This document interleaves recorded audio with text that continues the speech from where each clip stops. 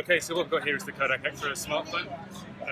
Very clearly a camera-centric device from that side, but of course what we've got here is an Android smartphone here, running on Marshmallow, and with an MTK deca-core chipset inside. Everything you'd expect from an Android smartphone, clearly, but the real emphasis here is about the camera capabilities. So at the top here I've got a little Kodak button. Double-click that, takes me straight into my camera UI, and you'll see here, first thing that appears is this scene selection dial. And it's very familiar to anyone who's used a digital SLR or digital camera. It has haptic feedback in the background, so you can feel it clicking as it goes round. I can tap it and do it in a larger version, and I can drop it back down into the corner as well. So it starts off in Smart Auto. Smart Auto is the easiest mode of all, where you simply point and shoot, and the camera does all of the thinking for you. Equally, you can choose individual scenes from nighttime to sport or macro or portrait, panoramic for example, or some more unusual ones like bokeh, which is the ability to take a photograph with the background defocused, pretty much the preserve of digital SLRs before now, effectively taking multiple images and combining them. But where I get most of my photography experience from here is the manual mode. So manual mode opens up a range of different settings here where I can adjust my exposure, slow the exposure speed right down to 1 second, and you'll see that it's actually changing in real time. So I've got this sort of real-time view of every change I make.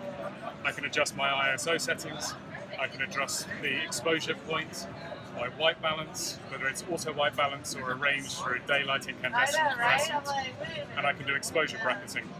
And it allows me to set photographs up before I take the picture, which is a passionate photographer as I am, it's a really valuable tool that I don't get on a digital SLR.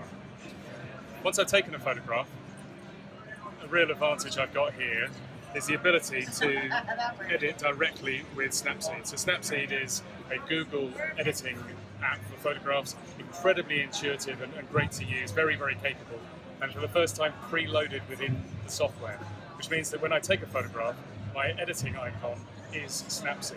So I don't have to go back into the menu structure, open up the Snapseed app, go and select my photo and then start. I can get to it straight away, make my edits and then share it from there. There are a couple of other apps that are worth mentioning. One which is a print app. So I think many of us are familiar with the days of old where the Kodak yellow envelope would land on your doormat with photographs out of a roll of 36, prints maybe. And we've brought that back to the Kodak Ektra, where I choose the print app, I can choose to get them delivered to my home or to a particular store and get those prints printed out on Kodak paper in the familiar Kodak yellow envelope.